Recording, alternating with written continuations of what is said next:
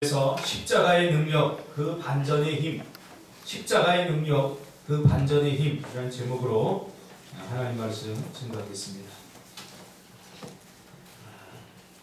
우리가 어떤 문제가 우리 앞에 닥쳐오면 그 문제를 해결하는 방식이 있어서 어린아이와 어른이 접근하는 방식이 같을 수 없습니다. 다르죠. 어린아이 수준과 어른의 수준은 다르죠.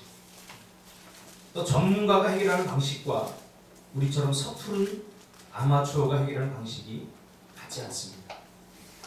제가 부교육자로 있을 때 그 교회에 자동차 장인이 한 분 계셨습니다. 이분이 제가 차가 고장이 나서 인천에서부터 고장이 났어요. 소리가 안 좋고 고장이 났는데 인천의 카센터에 아무리 맡겨도 이걸 원인을 잡아내지 못합니다. 그런데 그 교회에 가서 또 고장이 나가지고 갔더니 목사님 이거 고장 나서 그렇습니다. 그러면서 차 소리만 듣고도 이게 어디가 고장 나는지 알더라고요. 그래서 뜯어보더니 거기 딱 그 부품을 딱 갈고 나니까 차가 정말 소리도 안 나고 깨끗하게 고쳐지는 것을 보게 되었습니다. 많은 사람들이 내가 의뢰를 했죠. 이렇게 고장이 났는데 이게 소리가 자꾸 나고 그러는데 뭐가 문제인가?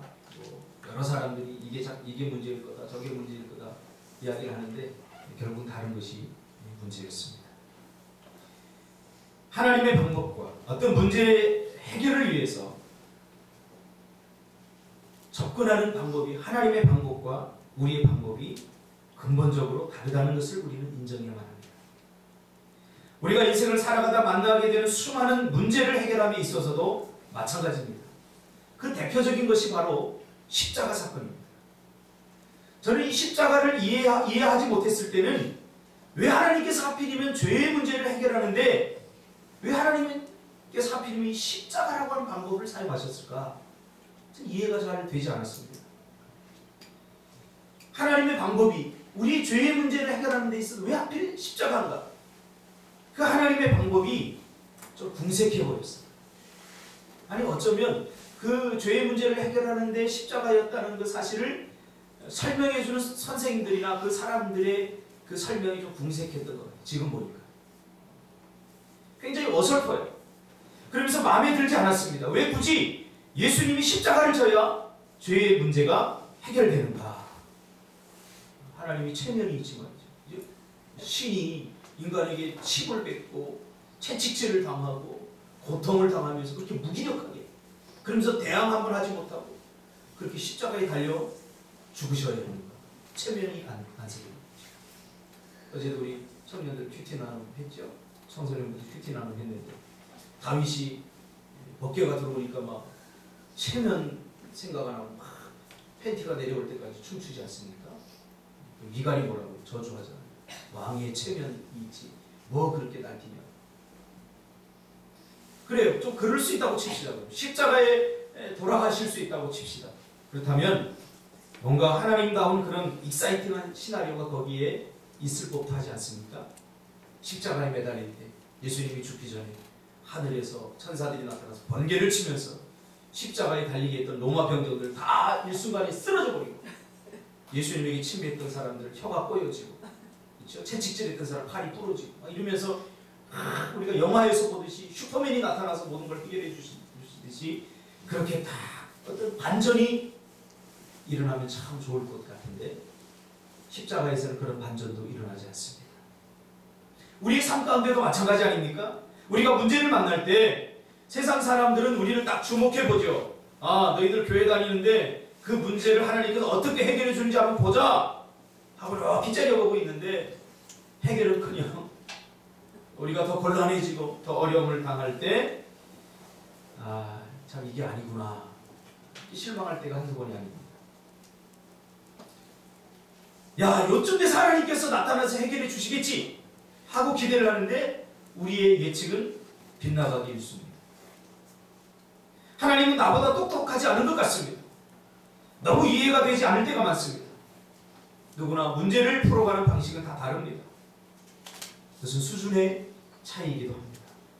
대학생이 풀어가는 수학과 유치원 아이가 풀어가는 수학은 질적으로 다릅니다. 더하기를 막 배운 유치원생이 마이너스 개념을 알 리가 없죠.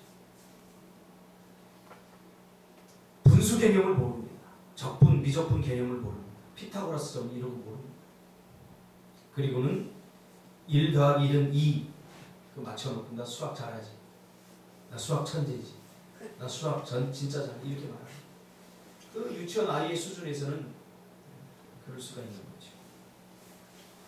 우리의 방법은 항상 미봉책이고 불완전하고 뭔가 어설픕니다. 그러나 하나님의 방법은 완전하고 완벽합니다.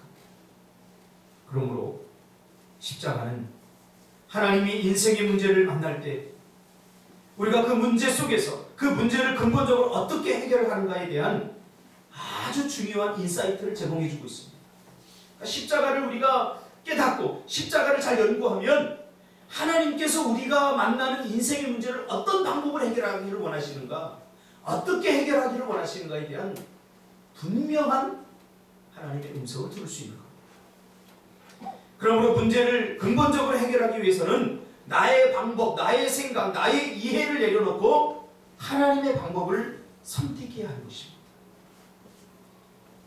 그래서 십자가의 도를 알아야 됩니다. 왜요? 오늘 본문에 보니까 사도 바울은 십자가의 도가 멸망하는 자들에게는 미련한 것이요 구원받은 우리에게는 하나님의 능력이다 라고 말하고 있기 때문입니다. 무슨 말입니까?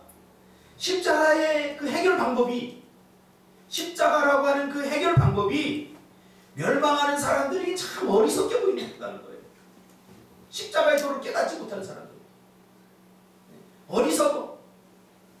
그러나 구원받은 우리에게는 이 십자가의 도가 하나님의 능력이 된다고 그렇게 말하고 있습니다. 할렐루야.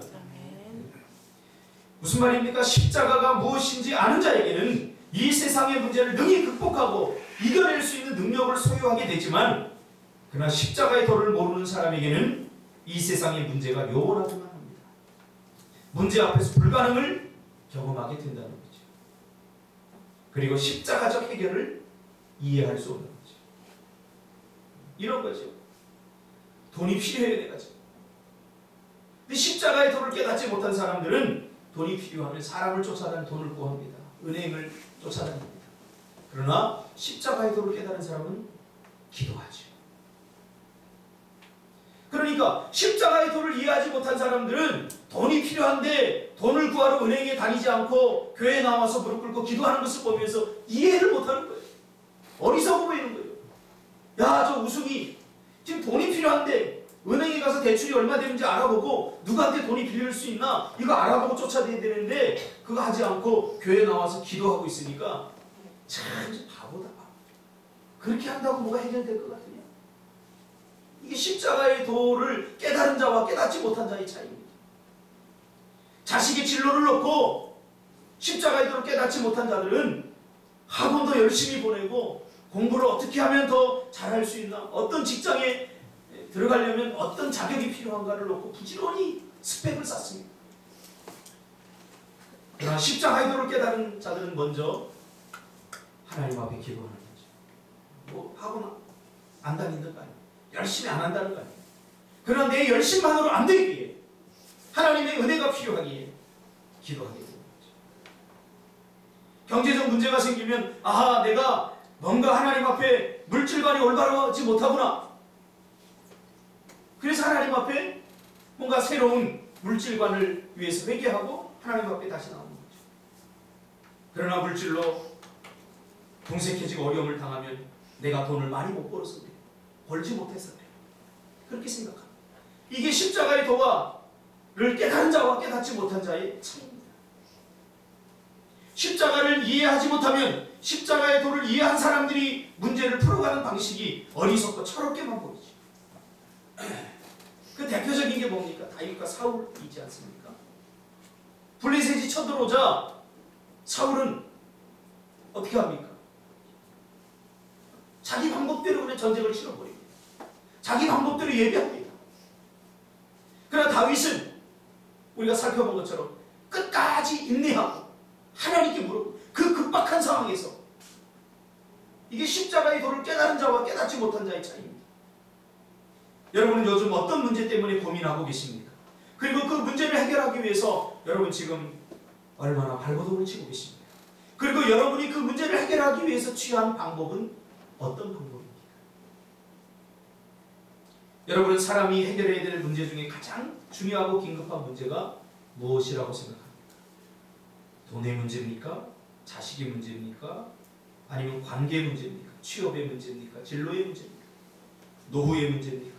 사업의 문제입니까? 아닙니다. 우리 사람이 가장 먼저 해결해야 될 가장 중요하고 긴급한 문제는 여러분 바로 영혼의 문제입니다. 여러분의 영혼이 건강해야 됩니다. 우리가 제일 먼저 해결해야 될 문제는 영혼의 문제고 바로 죄의 문제입니다.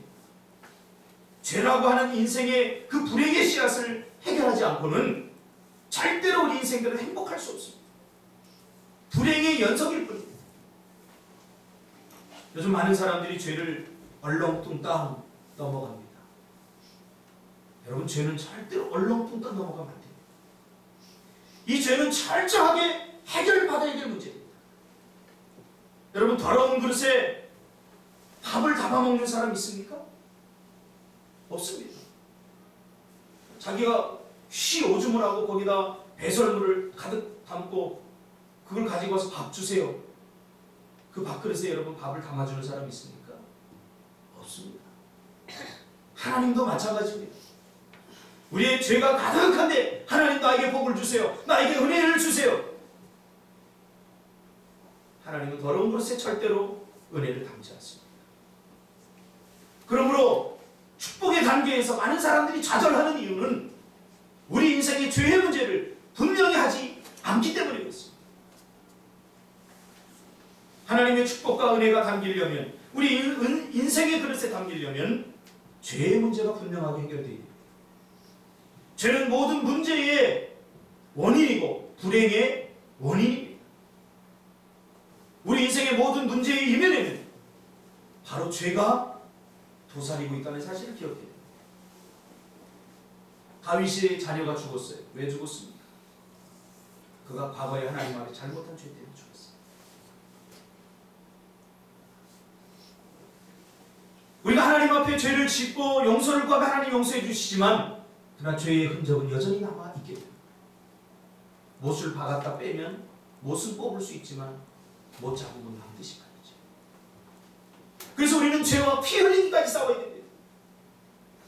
하나님이 용서해 주니까 죄에 대해서 우리가 값싸게 생각하면 절대 안 됩니다. 우린 죄와 피 흘리기까지 싸워야 됩니다. 그리고 그 죄와 싸워서 우리는 이길 수 있습니다. 할렐루야. 아멘. 이길 수 없다고 생각하면 그 사단이 주는 마음이에요. 어떻게 죄 안 짓고 살 수 있어요? 사단이 주는 마음. 죄는 모든 우리 인생의 불행의 원인입니다. 우리 인생들이 언제부터 근본적으로 불행해지기 시작했나요? 언제부터 근본적으로 문제가 우리 인생들에게 생기기 시작했나요? 죄가 들어오고 나서부터입니다. 죄를 짓기 전에 우리 인생들은 문제가 없었어요. 그러나 죄가 들어오고 나서 우리 인생에 문제가 생겼습니다. 그러므로 내 안에 죄가 들어오면 그때부터 문제가 발생하기 시작합니다. 일이 꼬이기 시작합니다. 그러므로 우리는 단순히 어떤 현상적으로 나타나는 문제를 현상적으로만 1차적으로만 생각하면 안 됩니다. 그 현상이 왜 일어났는가를 우리는 영적으로 분석하고 하나님 앞에서 내 자신을 돌아봐야 됩니다. 사람의 마음이 부패해지기 시작하면서 모든 불행이 시작된 것입니다. 그러므로 죄의 문제를 근본적으로 해결하지 않으면 무엇을 해도 어떤 것을 해도 사람은 절대 만족할 수 없고 행복할 수 없습니다. 우리는 죄에 대해서만 철저히 해야 됩니다. 하나님. 파이 이론이라는 게 있어요. 파이 이론. 경제학자들과 심리학자들이 주로 자주 이용하는 이론인데요. 파이 세 쪽이 있어요. 파이 세 쪽이 있는데 두 사람이 이 파이 세 쪽을 나눠 갖는 거예요. 자, 준석 간사. 어떻게 나누었으면 좋겠어? 한 명이 누구야? 한 명이 정답을 많이 부르면 어떡해. 틀려줘야 되는데. 네 안에는 죄성이 가득하구나. 경제학과라서. 맞아, 경제학. 여러분 생각해보세요. 우리가 보통 양심적인 사람은 하이 세 쪽이 있으면 민지같이 양심적인 사람은 어떻게 할 거야? 두 사람이 있으면. 현선이 언니하고 너하고 둘이 하이 세 쪽이 있는데 이걸 어떻게 나눠 먹는 거야? 아, 민지는 안 되겠구나. 자기가 그쪽 먹겠다고 우길 수 있어. 그래, 우리 양심적인 우리 태안이. 저 3개 먹고. 정답을 얘기하는 거야. 오늘 정답은 뭐냐면 각각 한 사람이 하나씩 먹고 그 한쪽 남은 걸 정확히 반쪽을 이동하면서 나눠 갖는 거예요. 여러분 그렇게 하지 않습니까? 보통 이렇게 하면 둘 다 불만이 없겠죠? 불만이 없어요. 근데 우리 안에 죄성이 가득하기 때문에 우리는 어떻게 하는 줄 아세요? 한쪽씩 먹고 그 나머지 한쪽도 자기가 먹으려고 해요. 그 양보하면 되는데 여러분 양보할 것 같아요? 여러분 같으면 양보할 것 같아요? 이게 파이라 그렇지 내가 빵 한쪽에 나눠 볼 수 있지. 한 100원이 걸렸다고 생각해 봅시다. 한 사람이 60억 갖고 한 사람이 50, 한 사람이 60억 갖고 한 사람이 40억 간다고 생각해 봅시다. 이거 할 수 있을 것 같아요? 왜요? 우리 안에 죄가 가득합니다. 죄는 이기주의입니다. 나만 생각하기 때문에. 이 세상의 문제는 바로 죄 때문에 이 갈등이 생기는 거예요. 공산주의 이론이 얼마나 좋습니까? 공산주의 이론은 사도행전에서 나온 거예요. 모든 사람들이 마음을 합하고 뜻을 합해서 다 자기 소유를 서로 나누었다고 했어요. 나누었다. 내 거 없었어요. 그러니까 공산주의, 야 이런 세상 만들어보자. 이론은 좋죠. 근데 실제로 공산주의가 막을 내렸습니다. 왜 그래요? 우리 안에 죄가 있다는 사실을 몰랐기 때문에. 어떤 사람은 열심히 일해서 100원을 받고 어떤 사람은 탱자탱자 놀아도 100원 받아요. 누가 열심히 일하겠어요? 그러니까 상향 평준이 돼야 되는데 열심히 일해서 100원 받으면 나도 열심히 일해서 100원 받아야지. 그래야 되는데 우리 인간 안에 있는 죄성은 야 열심히 일하나 탱자탱자 노나 똑같이 100원 주니까 될 수 있으면 나 편하게 놀다가 100원 받자. 그렇게 돼요. 왜 그래요? 우리 안에 있는 죄성. 그래서 이 죄의 문제가 해결되지 않는 가정, 죄의 문제가 해결되지 않는 공동체, 죄의 문제가 해결되지 않는 개인은 늘 불행한 삶을 할 수밖에 없어요. 지금 지구상의 가장 큰 문제 중에 하나가 식량 문제입니다. 우리나라는 잘 살기 때문에 지금 먹고 사는 건 걱정이 없지만 지금도 가장 많이 죽어가는 사람들이 먹을 것이 없어 죽어가는 사람들이에요. 그러나 식량이 부족해서 그런 거예요. 부자 나라가, 우리나라 같은 나라가 음식물 처리하는데도 한 2조 이상이 들어요. 그 2조를 아프리카의 한 국가에 원전하면 굶어 죽는 사람 안 생겨요. 근데 그렇게 하지 못해요. 왜? 그렇게 하면 물가가 하락하기 때문에. 수요 공급을 맞추느라고 먹을 것이 남아서 돌아가는데도 그렇게 하지 않습니다.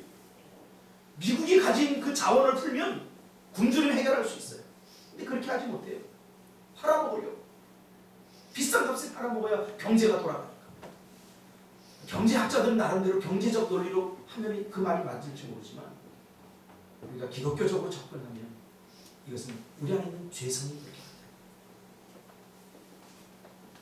모두가 잘 살면 좋겠는데 내가 가지고 있는 부로 나누어주면 더 행복할 수 있는데 우리는 그걸 하지 못하는 거죠. 왜요? 내 안에 있는 죄성 때문에. 세상의 문제는 부족의 문제가 아니라 나눔과 결핍의 문제입니다. 많은 사람이 작은 사람에게 양보하고 나눠주면 되는데 죄인은 그렇게 할 수 없어요. 쌓아도. 그러므로 이 죄의 문제는 우리 스스로 절대로 해결할 수 없다는 것입니다. 그러나 십자가를 이해하면 하나님께서 죄의 문제를 어떻게 다루시기를 원하시고 죄로 말미암아 생겨난 우리 인생의 문제들을 어떻게 해결하는 것을 원하신지 잘 알게 될 것입니다. 십자가에는 어떤 문제를 해결하는 능력이 있는가?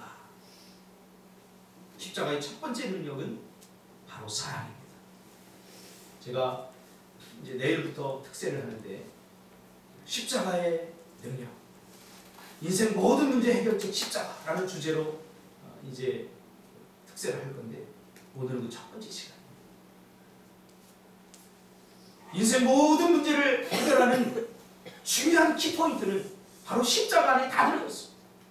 이 십자가를 이해하면 우리 모든 문제를 다 해결할 수 있어요. 그 십자가의 첫 번째 능력, 오늘 본문에서 십자가의 능력이라고 했는데, 하나님의 능력이라고 했는데, 십자가의 첫 번째 능력은 뭡니까? 사랑의 능력. 더 정확히 말하면 일방적으로 사랑하기로 작정하는 사랑입니다. 무슨 사랑이라고요? 한 사람이 한 사람을 위해서 일방적으로 내가 사랑하기로 작정한 사람. 그것이 문제를 해결합니다. 사람은 배신자. 우리의 피 속에는 배신자의 피가 흐르고 있습니다. 축복과 사랑을 절대적으로 베풀어 주신 하나님의 약속을 저버리고 배신한 그 아담의 피가 우리 안에 흐르고 있습니다. 그러므로 우리는 언제든지 사람에게 등을 돌리고 나에게 유익이 되지 않으면 등을 돌려버리고 배신할 수 있는 DNA를 다 가지고 있습니다.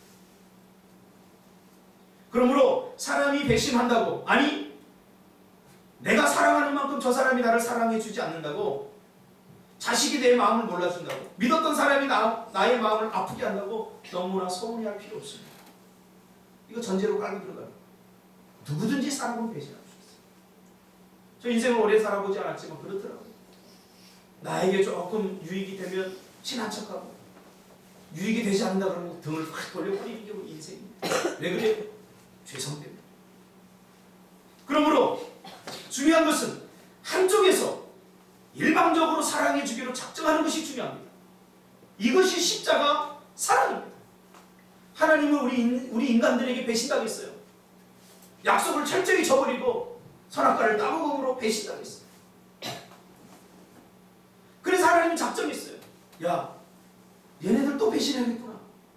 그러니까 내가 일방적으로 우리 인간들을 사랑하기로 작정하시고, 인간들이 어떻게 하나님을 아프게 하고 또 배신하든지 나는 절대로 인간을 배신하지 않겠다. 그렇게 작정한 거예요. 그것이 창세기 15장의 언약적 사랑입니다. 하나님은 우리를 일방적으로 사랑하시기로 작정하셨습니다. 이것이 십자가 사랑입니다. 우리가 어떻게 하는가를 보고 조건적으로 사랑한 것이 아니라 우리의 행동과 우리의 어떤 반응과 상관없이 우리를 무조건적으로 사랑하시기로 작정하셨어요. 그래서 로마서 5장 8절에 뭐라고 합니까? 우리가 아직 죄인 되었을 때에 그리스도께서 우리를 위하여 죽으심으로 하나님께서 우리에 대한 자기의 사랑을 확증했다 라고 말했습니다. 무슨 말입니까? 하나님은 죄로 말미암아 상처나고 불행해지고 의심 많은 우리를 구해낼 수 있는 것은 자신의 일방적인 은혜인 사랑밖에 없음을 깨달은 거죠. 그래서 일방적으로 사랑하고 일방적으로 용서하기로 결정하신 거예요. 이것이 여러분 하나님의 은혜입니다. 그래서 요한복음 3장 16절에 하나님이 세상을 이처럼 사랑하사 독생자를 주셨으니 이는 그를 믿는 자마다 멸망하지 않고 영생을 얻게 하려 하십니다. 그렇게 고백하고 있는 것입니다. 집사람이 요즘 11쪽으로 다닙니다. 어린이집 다니는데 한 아이가 말을 정말 안 듣는데요. 그래서 가보니까 뺀질뺀질거리고 말을 안 해요. 그래서 때려본 거 뺨때려 때리겠습니까? 꼴방울 때 때려. 근데 그게 마음이 아픈가 봐요. 저한테 이야기를 하는데 탓하고면서 목사님, 걔 정말 미워 죽겠어요. 표현이 미워요. 미우지만 골라세요. 미우지니까. 그래서 내가 한 대 때렸는데 마음이 좀 아프더라고요. 꼬질꼬질하게 있고 여기는 다 아토피가 나고. 그 이야기 듣는 순간 가슴이 아프더라고요. 성령이 주신 마음일 거예요. 그랬어요. 여보, 그렇기 때문에 당신이 더 사랑해주면 안 돼. 식당, 엄마가 식당 다니는데 아침에 제가 보람이 누군지 알까요? 꼬질꼬질하고 눈도 좀 이렇게 뭐가 나고, 애도 이뻐야 안아주잖아요. 우리 애담이처럼. 안아주고 싶잖아요. 이렇게 딱 보면 안아주고 싶잖아요. 제가 더 안아주라고, 더 사랑해주라고, 다 아껴주라고. 무슨 말입니까? 사랑하기를 작정하라. 아무리 봐도요 정말 사랑이 안 되는 사람이 있어요. 그럼 그 사람과 나의 관계는 그냥 깨져버리는 거예요. 그러나 한쪽에서 일방적으로 사랑하려고 작정하면 이 문제는 달라져요. 하나님의 사랑이 바로 그런 사랑이란 말이에요.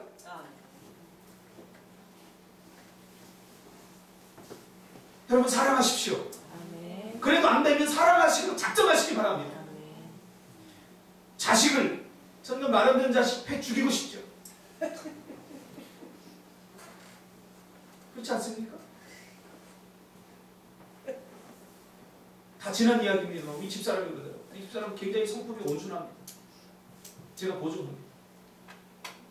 근데 우리 애린이 사춘기 때, 지금 사춘기 지나고 5춘기인데 한참 사춘기 말하는데 저한테 그래요. 솔직하게. 애린이 미워 죽겠어. 미워 죽겠어. 아니 저 안에 그런 성품이 있다는 깜짝 놀랐어요. 그런 때가 있어요.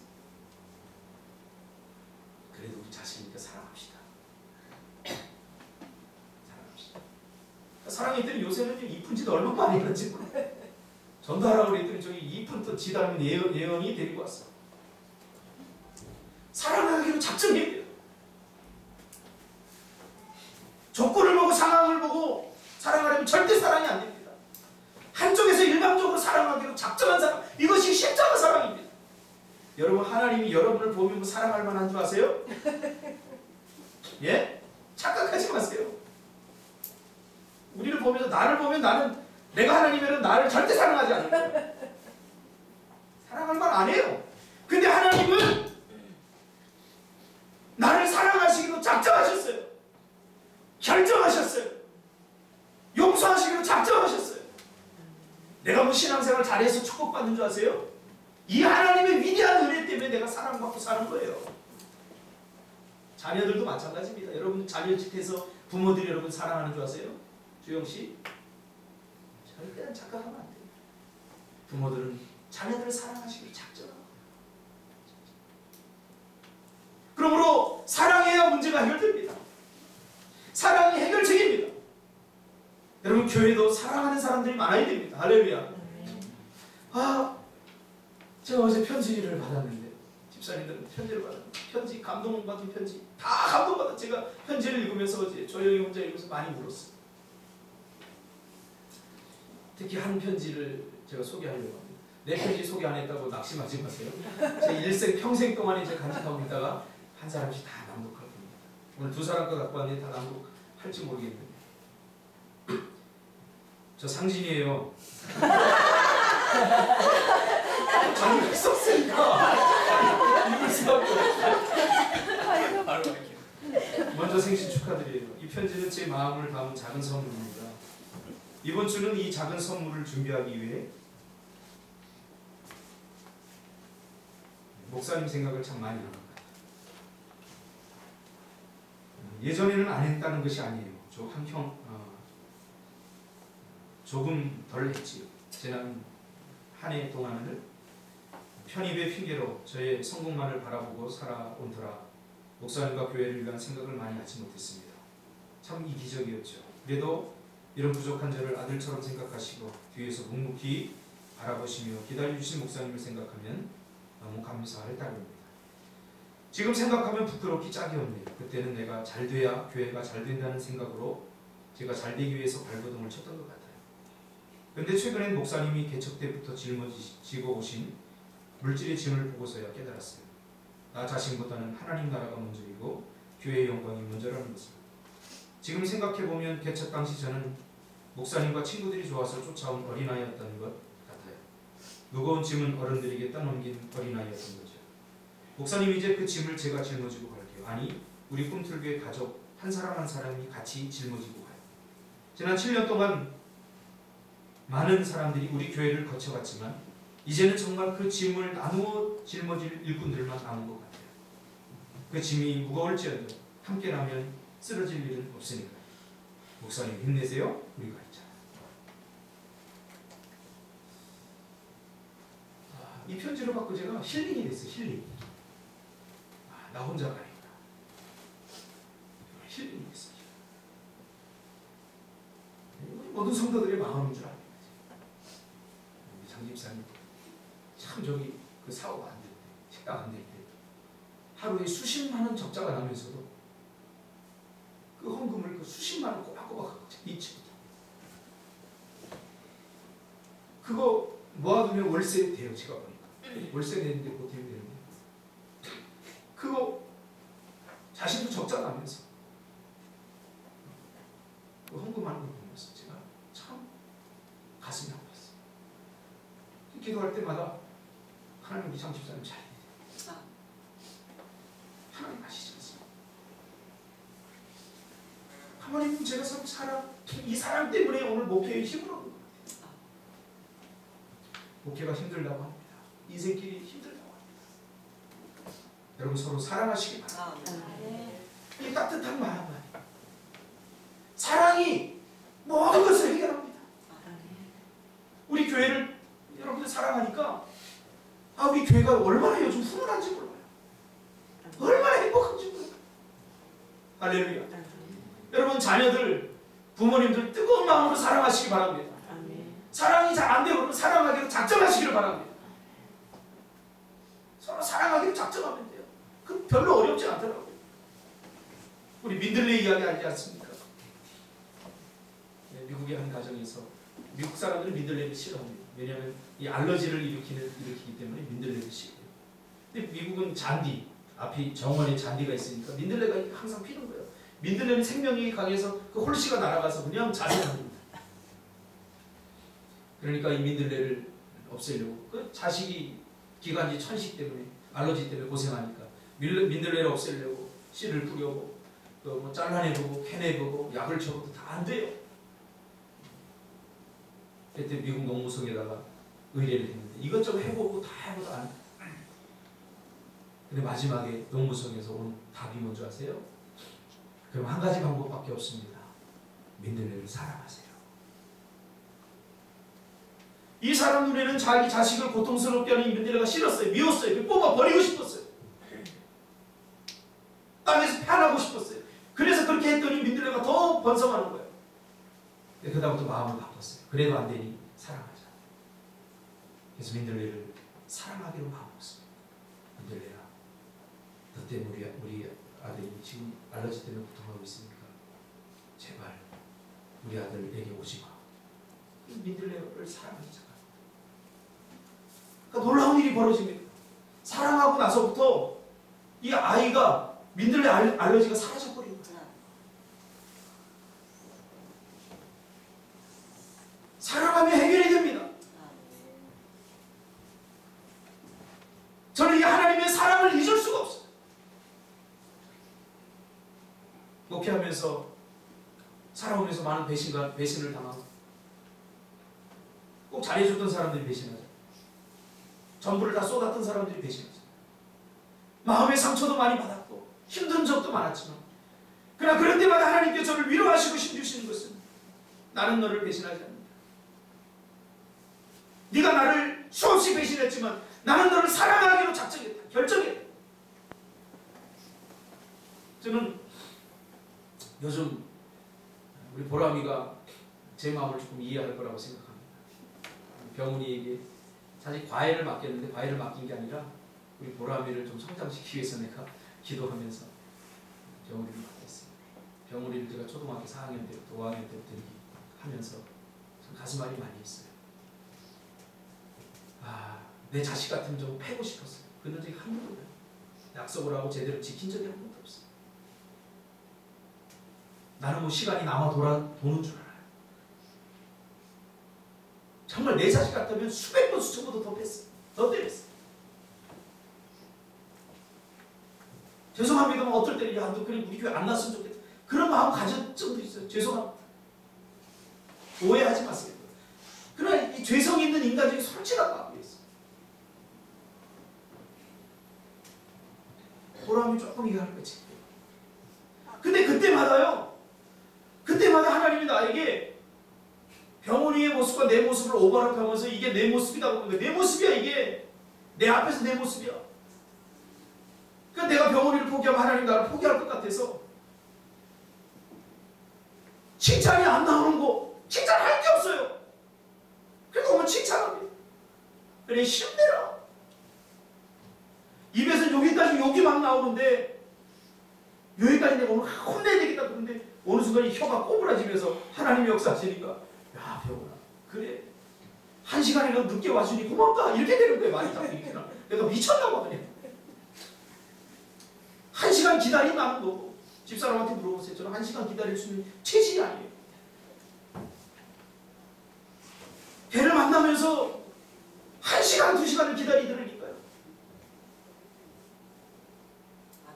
그러면서 저는 나를 향한 하나님의 사랑을 깨닫게 됐습니다. 그리고 하나님 앞에 기도했습니다. 하나님 절대로 저 병원이 포기하지 않아요. 사랑하기로 작정했어요. 사랑하기로 결단했어요. 그 순간부터 이뻐 보이더라고요. 이뻐. 교회 안 나와도 예전에는 그랬는데 이제는 이뻐. 저것도 뭐 하나? 어디서 뭐 하나? 여러분 사랑은 모든 문제를 해결하는 힘이 있습니다. 이게 십자가의 능력입니다. 여러분 사랑하시기로 작정하시기 바랍니다. 여러분 공부도 사랑하세요. 너희 지겹다. 그 순간 지옥이 됩니다. 공부도 사랑하시기로 작정하세요. 신준 알았지? 대원고등학교 에이씨 이것도 사랑이야. 알았지? 선생님도 사랑해. 아 내가 그래도 영어를 조금 할 수 있었던 것은 우리 장 집사님도 알 거예요. 중학교 때 권명애 선생님 기억하세요? 장 집사님? 네. 아 키는 이렇게 똥자로 많은데 조그만데 영어를 정말 열정적으로 가르쳤어요. 여러분 섬에 들어오면 사람들 대충 하고 나갑니다. 포인트 쌓기 위해서. 근데 정말 열심히 가르쳤어요. 근데 제가 영어를 조금 흥미를 갖고 취미를 가질 수 있었던 계기를 마련한 거예요. 선생님을 사랑하니까 좋아하니까 영어도 잘하게 됐어요. 아마 나만 좋아한 게 아니라 장 집사님도 좋아했던 것 같아요. 장 집사님도 그때 영어 잘했어요. 예뻤죠? 네? 예뻤지? 아, 예뻤나요? 내가 이거를 좀 가르치긴 합니다. 맞아요. 여러분 그럼 외모 보고 사랑하지 마시고 사랑하기로 작정하시기 바랍니다. 아멘. 할렐루야. 아멘. 장로님 사랑합니다. 저는 장로님 사랑하기로 작정했습니다. 그 머리가 이렇게 벽에 있어부터 전 얼마나 이뻐 보이는지 몰라요. 또 중모해 우리 자순 집사님 사랑합니다. 장 집사님 사랑합니다. 대답이 없어요. 또 생각해보고 신홍이 집사님 사랑합니다. 다 사랑하시기로 결정합시다. 아멘. 다짐합시다. 아멘. 우리 한번 편지를 다음에 또 읽고요. 우리 찬양 하나 할까요? 찬양 하나 하고 설교 마치도록. 설교는 아직 절반도 안 했는데 181자